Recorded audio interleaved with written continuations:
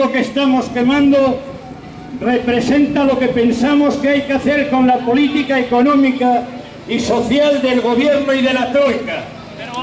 Están desmantelando Asturias, están desmantelando el Escueque.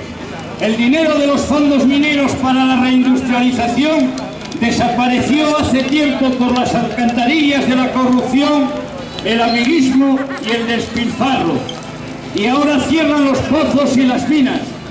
Y no nos dan ninguna otra alternativa que no sea el paro o la inmigración.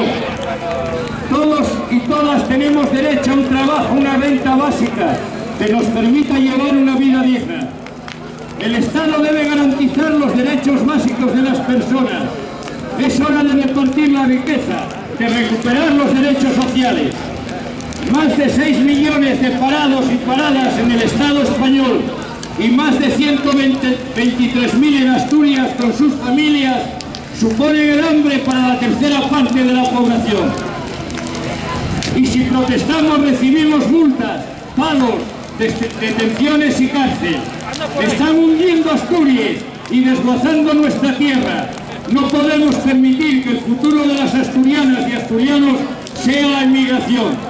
Este sistema capitalista que nos impone está reduciendo a escombros el mundo en que vivimos.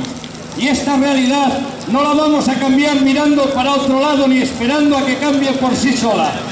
Esta semana todos los pueblos de Europa saldrán a la calle contra el capitalismo y la troika. Mientras, hoy mismo la clase obrera vasca está en huelga general. Aquí, en Asturias, vamos a empezar esta movilización. Vamos a poner a Mieres en pie y vamos a empezar a ganar en la calle lo que nos roban en los despachos. Adelante, compañeras y compañeros, siempre adelante.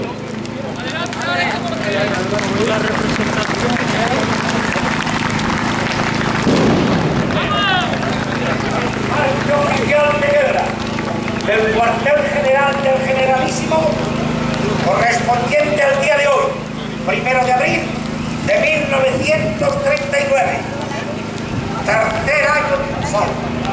En el día de hoy, cautivo y desarmado el ejército rojo, han alcanzado las tropas nacionales sus últimos objetivos militares. La guerra ha terminado. Por el 1 de abril de 1939.